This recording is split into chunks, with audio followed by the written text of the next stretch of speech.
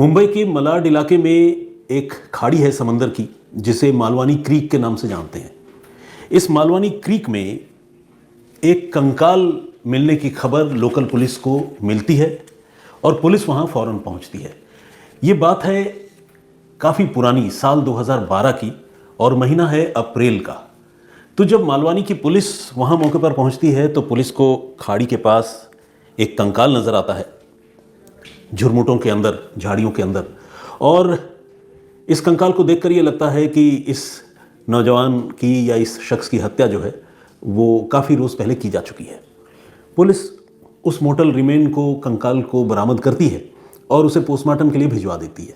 साथ ही उस कंकाल के आसपास जो कपड़े थे, जो तकरीबन वक्त की वजह से, पानी की वजह से ख़राब हो गए थे, फट गए थे, उस कपड़े को भी पुलिस वहाँ से रिकवर करती है। ये सारी चीज़ें पुलिस अपने कब्जे में लेती है और पुलिस इस मामले की जांच शुरू करती है। पुलिस को शुरू में ये समझ में नहीं आता कि ये मामला क्या मर्डर का है या फिर कोई एक्सीडेंटल डेथ है। कहीं ऐसा तो नहीं कि जो समंदर का पानी है ये उसका शिकार बन गया हो, डूब गया हो, फिर बाद में लाश बाहर आ गई हो, झाड़ियों में फंस गई हो। कुछ ऐसा मामला तो नहीं है। पुलिस अभी ये सोच रही थी, इस पॉइंट पर पुलिस सोच विचार कर रही थी।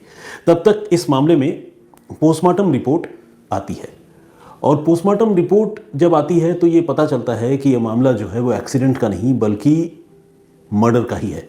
हालांकि कंकालनुमा लाश थी, लेकिन कुछ ऐसे वुंड्स, कुछ ऐसे मार्क्स पोस्टमार्टम रिपोर्ट में पुलिस को पता चले, जिससे पुलिस को ये भी पता चला कि ये मामला जो है कत्ल का है। लेकिन इसी के साथ एक और इम्पॉर्टेंट बात इस पोस्टमार्टम रिपोर्ट में सामने आती है, वो ये कि मरने वाला जो शख्स है वो नए उम्र का लड़का है, यानी एक मेल स्केलेटन है। और नए उम्र का मतलब यही समझ लीजिए 18 से 20 साल के आसपास का वो लड़का होगा जिसकी हत्या हुई है या जिसकी मौत हुई है। तो अब पुलिस, चूंकि बिल्कुल ही ब्लाइंड मर्डर का मामला है, कंकाल और फटे हुए कपड़े मिले हैं, तो ऐसे मामले को सुलझाना आप समझिए कि कितना चैलेंजिंग हो सकता है पुलिस के लिए। लेकिन पुलिस को यही चैलेंज तो दिया जाता है, यही तो उनकी नौकरी है। तो उन्होंने इस मामले को सुलझाने की कोशिश पुलिस ने शुरू की। अब पुलिस जो है इस क्रम में सबसे पहले मालवानी और आसपास के जो इलाके हैं वहाँ पर 3-4 महीनों के अंदर इस यंग एज के जो भी लड़के गायब हुए या गुमशुदा हुए, जिनकी रिपोर्ट थाने में दर्ज कराई गई, पुलिस उनका बही खाता निकालना चालू करती है।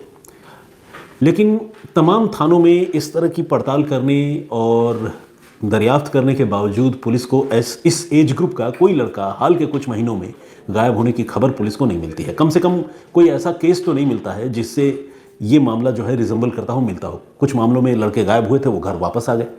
तो इसीलिए इस मामले में पुलिस को इस कोशिश में कोई खास फायदा नहीं होता, कोई खास लीड पुलिस को नहीं मिलती। इसके बाद पुलिस एक बहुत ही ऑर्थोडॉक्स तरीका अपनाती है, मतलब पारंपरिक तरीका, जिसमें पुलिस उस कंकाल की कुछ तस्वीरें निकालती है और साथ ही उन कपड़ों की भी कुछ तस्वीरें क्लिक करती हैं जो कपड़े मरते वक्त उस लड़के ने पहन रखे थे। और उन तस्वीरों को लेकर पुलिस मालवानी के इलाके में, अलग अलग इलाकों में जाकर डोर टू डोर लोगों को वो तस्वीरें दिखाती है और पूछती है कि क्या इस लड़के को जो गायब है, क्या इसके बारे में आप जानते हैं, क्या ऐसा कपड़ा पहनने वाले किसी लड़के को आप जानते हैं। तो ये काम जो है वो बहुत मुश्किल काम है। आप समझ सकते हैं कि लाखों करोड़ों की आबादी और उसमें किसी एक आदमी को तस्वीर के सहारे, और वो भी कंकाल और कपड़ों की तस्वीर के सहारे ढूंढना, ये कितना चैलेंजिंग हो सकता है। लेकिन पुलिस ये चैलेंज लेती है और पुलिस लोगों से पूछताछ करना शुरू करती है। इत्तेफाक से पुलिस को जो है मालवानी इलाके में ही कुछ ऐसे नौजवान मिलते हैं जिन नौजवानों को पुलिस ये तस्वीर दिखाती है और दिखाकर कहती है कि भाई देखो ज़रा, बताओ ये कपड़े कहीं तुम्हारे जानने वाले किसी लड़के के तो नहीं हैं, उसका कंकाल मिला है, बहुत समय से वो गायब है, तुम लोगों को ऐसे किसी लड़के के बारे में पता तो नहीं है। तो ये तस्वीर देखकर कुछ लड़के उसी इलाके में बहुत हैरान हो जाते हैं, चौंक जाते हैं। वो कहते हैं यार, हमारा दोस्त तो वाकई 2-3 महीने से मिला नहीं है, उसका फ़ोन भी नहीं लग रहा है, बताया था कि वो गाँव जा रहा है, लेकिन ये तो कपड़े उसी के हैं, कहीं ऐसा तो नहीं कि ये उसी का कंकाल हो। अब जो लड़के हैं वो आपस में बात करने लगते हैं। पुलिस जो है हैरान होकर देखती है कि अरे ये क्या बात हो गई, क्या मामला सॉल्व होने वाला है। तो लड़के फाइनली उस मरने वाले लड़के की पहचान बताते हैं और नाम उसका बताते हैं कमलेश यादव, और बताते हैं कि उसकी उम्र यही कोई 20 से 21 साल की है। पुलिस पूछती है कि कमलेश कब से तुम लोगों से नहीं मिला। बोला तकरीबन 2-2.5 महीने हो गए कमलेश से हमारी मुलाकात नहीं हुई, हमारा साथ में उठना बैठना था, लेकिन हमें पता चला यूपी गया है घर अपने, उसके बाद तो वापस नहीं आया। तो पुलिस को लगता है कि हो सकता है ये कमलेश का ही मामला हो। पुलिस पूछती है अच्छा उसका घर दिखाओ, तो लड़के घर भी दिखाते हैं कि वो अमुक मकान है, फला मकान है, आप चले जाइए। तो पुलिस जो है उस मकान में पहुंचती है और वहाँ कमलेश के घर वाले वाकई पुलिस को मिलते भी हैं। ये कमलेश यादव के परिवार के ही लोग थे। अब जब इनसे पुलिस ने पूछताछ की तो घर वालों ने कहा कि अरे नहीं साहब, हमारा बेटा तो गया हुआ है यूपी और 2 महीने पहले ही निकला है। तो पुलिस बताती है कि नहीं नहीं, आप ये तस्वीरें देखिए, ये कपड़ा है, ये कंकाल है, हमें शक है कि ये आपके घर का बच्चा हो सकता है। तो घर वाले कपड़े देखकर भी मना करते हैं, बोलते हैं नहीं नहीं, ऐसा नहीं, हमें नहीं लग रहा। तो इसके पीछे एक वजह यह भी हो सकती है कि शायद कोई भी परिवार अपने किसी मेंबर को मरा हुआ इतनी आसानी से स्वीकार नहीं करना चाहता, क्योंकि ये एक ऐसा अप्रिय सत्य है, कई बार जो लोगों की ज़िंदगी में सामने आता है इंसान उसको कबूल नहीं करना चाहता। तो वो भी इस चीज़ को मान नहीं पा रहे थे। तो पुलिस ने कहा कि ठीक है, आपको इन तस्वीरों से अगर समझ में नहीं आ रहा है तो एक बार आप हमारे साथ चलिए, मैं आपको कपड़े दिखाता हूँ और मोर्टल रिमेन्स जो हमारे पास है वो सब हम आपको दिखाते हैं, आप एक बार देख कर ट्राई कीजिए पहचानने की। तो घर के लोगों को, कमलेश यादव के घर के लोगों को पुलिस लेकर जाती है और जब सचमुच वो कपड़ा देखते हैं तो घर के लोग पहचान जाते हैं कि अरे ये तो कमलेश के ही कपड़े हैं। उसके बाद वो फूट फूट कर रोने लगते हैं, भयानक रोने लगते हैं और उन्हें समझ में नहीं आता कि ये हो क्या गया, कैसे कमलेश जो उत्तर प्रदेश अपने गांव गया था उसकी मौत कैसे हो गई और उसकी लाश वहाँ क्रीक में, खाड़ी में कैसे मिली। घर वाले बिल्कुल आसमान से गिरते हैं। पुलिस को लगता है कि हो सकता है कि ये घर वाले ड्रामा कर रहे हों, क्योंकि भाई इनका बच्चा 2 महीने से गायब है, हत्या हो गई है, इन्हें पता ही नहीं है, अब रो रहे हैं, तो पता नहीं ये सच बोल रहे हैं झूठ बोल रहे हैं। पुलिस उन्हें भी शक की निगाह से देखने लगती है और पुलिस अब उनके बारे में बहुत गहराई से पड़ताल करने लगती है। उनसे पूछती है कि आपके बेटे की किसी से कोई दुश्मनी या कुछ ऐसा। तो घर वाले बोलते हैं कि नहीं, हमारे किसी से दुश्मनी नहीं, हमारे बेटे की भी दुश्मनी नहीं। तो पुलिस उस समय तो वापस चली आती है, लेकिन पुलिस को अब घर वालों पर भी शक होता है। इस बीच पुलिस क्या करती है कि ये जो परिवार के लोग हैं इनसे पुलिस पता करती है कि आपके परिवार में कोई डिस्प्यूट तो नहीं है, कोई परिवार में कोई आपस की लड़ाई झगड़े तो नहीं है। तो पता चलता है कि जो कमलेश के पिता हैं उनके साथ कमलेश के चाचा का ज़मीन जायदाद को लेकर पुराना विवाद चला रहा है। हालांकि ये विवाद काफ़ी पुराना है और घर में कहा सुनी लड़ाई झगड़े भी कई बार हुए हैं, लेकिन इतनी कड़वाहट वाली बात नहीं है कि कोई किसी की हत्या कर दे, लेकिन एक विवाद है इतना पुलिस को पता चलता है। अब पुलिस ठहरी वो इस विवाद के इर्द गिर्द जो है, इस विवाद के आसपास ही जो है इस मर्डर का मोटिव तलाशने की कोशिश करती है। और इस कोशिश में पुलिस को कुछ लोगों के बारे में पता भी चलता है। पता चलता है कि वीरेंद्र है कज़न और राम मदन है, इन लोगों के साथ जो है कमलेश की कई बार लड़ाई झगड़े चचेरे भाइयों से भी हुई थी और ज़मीन जायदाद का मामला जो है वो चला रहा था। लेकिन पुलिस सोचती है कि किसी नतीजे पर पहुंचने से पहले ये जो वीरेंद्र और राम मदन है इनसे भी पूछताछ करनी चाहिए, क्योंकि अगर लड़ाई झगड़ा था तो कोई ज़रूरी तो नहीं कि इन्होंने कत्ल कर ही दिया हो। तो पुलिस ये जो चचेरे भाई हैं कमलेश के, इन दोनों भाइयों को बुलाती है और इनसे पुलिस गहन पूछताछ करती है। और ये दोनों भाई जो है अपने भाई की मौत से और कत्ल से अपने आप को अनभिज्ञ बताते हैं, कहते हैं कि उन्हें नहीं पता है, हैरान हो जाते हैं और कहते हैं कि उन्होंने कत्ल किया भी नहीं है। वो बहुत दुखी भी नज़र आते हैं। तो ये इस तरह से पूछताछ जो है वो कंप्लीट होती है और पुलिस को कत्ल के इस मामले में फैमिली के अंदर जो डिस्प्यूट है उसको लेकर कोई मर्डर का मोटिव पुलिस के हाथ नहीं लगता है। और एक तरह से देखा जाए तो काफ़ी कोशिश करने के बावजूद ये मामला जो है अनसॉल्व्ड रह जाता है। अब पुलिस की टीम जो इस मामले को सुलझाने में लगी थी वो आपस में मीटिंग करती है, बातचीत करती है और इसी बातचीत के दौरान एक पुलिस ऑफिसर जो है ये कहता है कि एक बार हम फिर से कमलेश यादव के घर जाकर पूछताछ कर सकते हैं कि कोई ऐसी बात, किसी से लड़ाई झगड़ा, कोई अनयूजुअल चीज़ अगर कमलेश की गुमशुदगी या मौत से पहले आप लोगों ने नोटिस की हो या देखी हो। तो पुलिस वाले आपस में तय करते हैं कि ठीक है चलो। तो एक बार फिर से कमलेश के घर जाते हैं और इस बार फिर से पूछताछ करते हैं, पूछते हैं कि कोई अनयूजुअल एक्टिविटी कमलेश के जीवन में या आप लोगों के जीवन में, कोई ऐसी घटना जो कमलेश की मौत या गुमशुदगी से पहले हुई हो। तो घर वाले दिमाग पर काफ़ी जोर देते हैं और कहते हैं कि हाँ, एक घटना हुई थी। हुआ ये था कि कमलेश की एक सोने की अंगूठी जो है वो कहीं गायब हो गई, चोरी हो गई। और जब वो सोने की अंगूठी चोरी चली गई तो कमलेश बहुत परेशान था। इसके बाद फिर वो गांव चला गया, वो सोने की अंगूठी मिली भी नहीं। लेकिन हाँ, सोने की अंगूठी चोरी ज़रूर हुई थी। ये एक, अगर आप मानते हैं कि अनयूजुअल घटना है तो हाँ, कमलेश के साथ ये चीज़ हुई थी। ये बात जैसे ही पुलिस ने सुनी तो जो इन्वेस्टिगेटिंग टीम में पुलिस वाले थे उनमें से एक पुलिस वाले का माथा ठनका।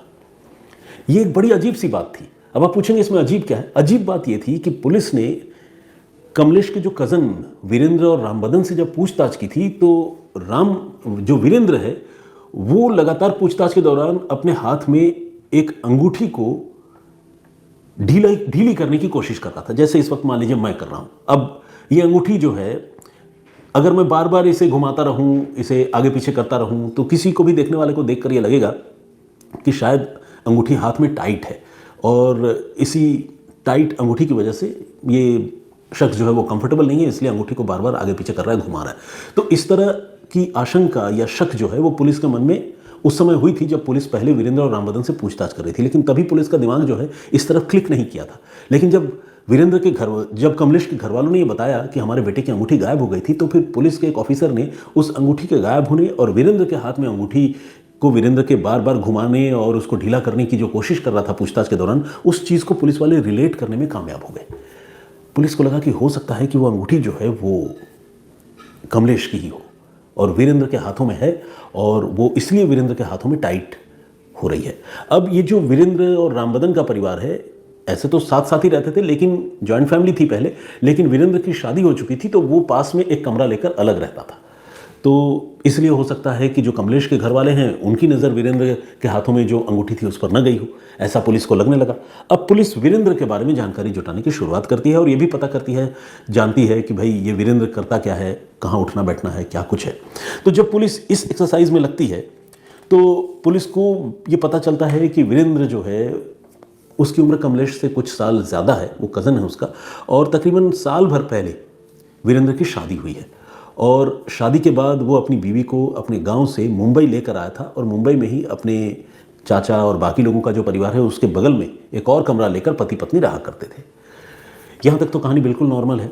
लेकिन जब पुलिस और गहराई में जाती है तो पता चलता है कि ये जो वीरेंद्र की पत्नी है, इसके साथ कमलेश का हाल के कुछ महीनों में अफेयर शुरू हो गया था। और ये बात कमलेश के और वीरेंद्र के कुछ खास दोस्त और जानने वाले लोग ही जानते थे, सारे लोगों को ये बात नहीं पता थी।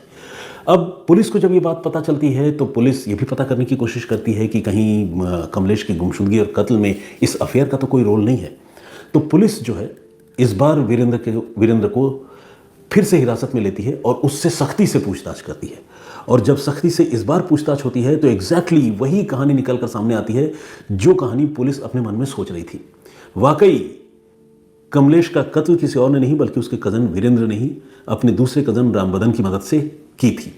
मामला कुछ ऐसा था कि वीरेंद्र की जब शादी हुई, वो अपनी बीवी को लेकर मुंबई आ गया। मुंबई आने के बाद जो कज़न है कमलेश, उसका वीरेंद्र के घर में आना जाना शुरू हो गया, और इसी आने जाने के चक्कर में कमलेश का वीरेंद्र की बीवी के साथ अफेयर शुरू हो गया। अब वीरेंद्र को इस बात की खबर मिली, लोगों ने बताया, तो वीरेंद्र ने एक दिन क्या किया, अपनी बीवी से उसने कहा कि मैं अब काम पर जा रहा हूँ, मैं देर रात को लौटूंगा। ये एक ट्रैप था। वीरेंद्र काम पर नहीं जा रहा था, वो देखना चाहता था कि मेरी गैरहाजिरी में मेरी बीवी क्या कमलेश से मिलती जुलती है या नहीं। वाकई वो काम पर जाने के नाम पर आसपास ही छुपा रहा।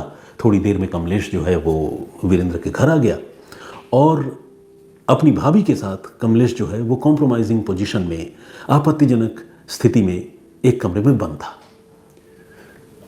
इसके बारे में जब वीरेंद्र को पता चला तो वीरेंद्र अपने घर पहुंचा, क्योंकि वो तो ताक पे ही बैठा हुआ था, और पहुंचकर उसने रंगे हाथों अपनी बीवी को और कमलेश को पकड़ लिया। पकड़ने के बावजूद उस रोज़ काफ़ी तेज़ लड़ाई हुई, झगड़ा हुआ, और इस झगड़े के बाद चूंकि कमलेश इस तरह की हरकत कर रहा था तो उसे मारपीट करके वापस भेज दिया। कमलेश भी चला गया और उसकी अपनी बीवी से भी लड़ाई हुई। लेकिन यही वो वक्त था जब वीरेंद्र ने यह तय कर लिया कि वो अब कमलेश की हत्या करेगा। इसके बाद उसने अपने भाई रामबदन से बातचीत की और कमलेश की हत्या की पूरी प्लानिंग रची। इस प्लान के तहत धोखे से, चूंकि एक ही परिवार था, जैसा कि मैंने आपको बताया, आसपास रहते थे, आना जाना था, धोखे से एक दिन वीरेंद्र ने कमलेश की जो सोने की अंगूठी है वो चुरा ली। और जैसे ही सोने की अंगूठी चुराई तो कमलेश काफ़ी परेशान हुआ। कमलेश ने अपने नाते रिश्तेदारों को, यहाँ तक कि वीरेंद्र से भी पूछा कि भैया मेरे सोने की अंगूठी चोरी चली गई है, मैं ढूंढ रहा हूँ, मिल नहीं रहा। तो वीरेंद्र ने कहा कि अरे सोने की अंगूठी तो मैंने बरकत के हाथों में देखी थी। अब ये सोच में पड़ गया कमलेश कि भाई ये बरकत कौन है। तो उसने कहा कि यार बरकत नहीं जानता, तो बगल की गली में रहता, उसके हाथ में मैंने सोने की अंगूठी देखी थी, तुम अगर कहो तो चलो चलते हैं, उससे सोने की अंगूठी ढूंढते हैं। उसके हाथ में मैंने देखी थी, बिल्कुल तुम्हारे जैसी सोने की अंगूठी थी, मुझे समझ में नहीं आया कि अंगूठी तुम्हारी है या बरकत की है। तो इस तरह की एक झूठी कहानी वीरेंद्र ने कमलेश को सुनाई, और कमलेश को उसी सोने की अंगूठी के बहाने वीरेंद्र ने और रामबदन ने, जो कज़न थे, उन्होंने अगवा कर लिया, और अगवा करके बरकत के पास ले जाने की जगह, सुनसान जगह पर लेकर गए, और वहाँ गला घोंट कर और उस पर दूसरे भारी चीज़ों से हमला कर उसकी जान ली, और जान लेने के बाद लाश थोड़ी ही दूर जो मालवानी क्रीक का इलाका है वहाँ पर उन्होंने जाकर उसको डिस्पोज ऑफ कर दिया, फेंक दिया। तकरीबन 2 महीनों तक किसी को इसके बारे में पता ही नहीं चला। 2 महीने बाद वो कंकाल रिकवर हुआ, जिसके बाद पुलिस की जांच आगे बढ़ी और ये मामला पूरी तरह से ब्लाइंड था, सुलझने की उम्मीद नहीं के बराबर थी।